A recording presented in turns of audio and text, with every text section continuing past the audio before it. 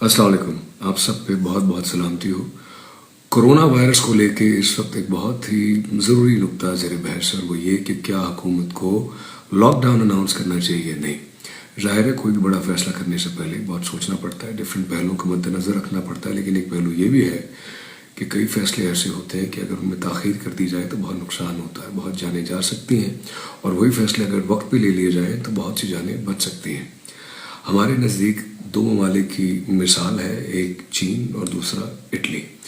चीन ने वक्त पे फैसले किए, लॉकडाउन अनाउंस किया और कोरोना वायरस को एक बहुत एग्रेसिव अप्रोच के साथ रिवर्स कर लिया। इटली ने ताख़ीर की, आज इटली में 4000 से ज़्यादा अमवात हो चुकी हैं।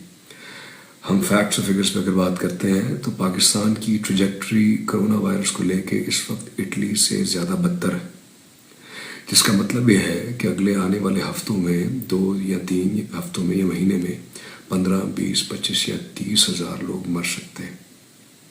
इसलिए लॉकडाउन ज़रूरी है। लॉकडाउन करने से होगा क्या? जब लॉकडाउन होता है, अनाउंस किया जाता है, हुकूमत अनाउंस करती है ऑफिशियली, या इमरजेंसी या कर्फ्यू, तो लोगों में एक शॉक वैल्यू जाती है, जिससे शऊर पैदा होता है उनमें कि घर बैठना कितना ज़रूरी है, जो अभी तक नहीं पैदा हुआ, ना हो रहा है।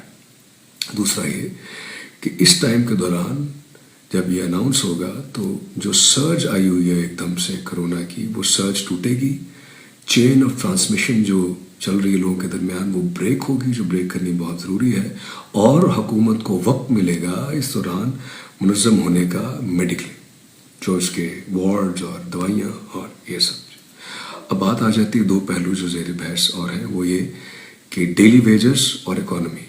तो हजूर इकॉनमी तो जब यहाँ इतनी ज़्यादा अगर अमवात खुदा न खास्ता हो गई तो इकॉनमी तो वैसे ही बहुत सफ़र करती है।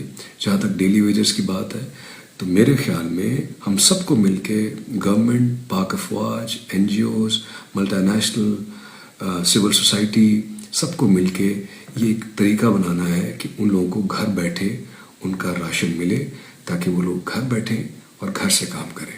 ये मेरी तजवीज़ है। अगर किसी को पसंद आए तो शेयर करें और गवर्नमेंट से ये